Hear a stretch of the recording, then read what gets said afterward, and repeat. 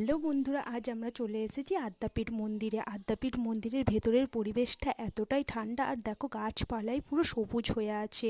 আর আজকে আমি তোমাদেরকে জানাবো আদ্যাপীঠ মন্দিরের মহাপ্রসাদের টিকিটের মূল্য ক টাকা। হ্যাঁ বন্ধুরা, মহাপ্রসাদ খেতে হলে টিকিট কাটলে মাত্র 60 টাকায় টিকিট, আর 60 টাকাতে 8 রকমের মহাপ্রসাদ আছে।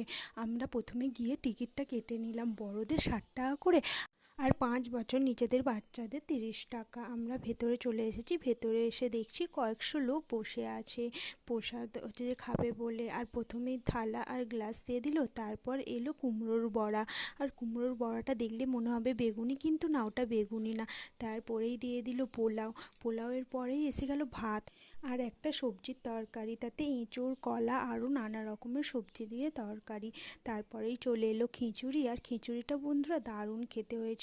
তারপর একটা হচ্ছে শাকের তরকারি, আর বন্ধুরা এত এত দিচ্ছে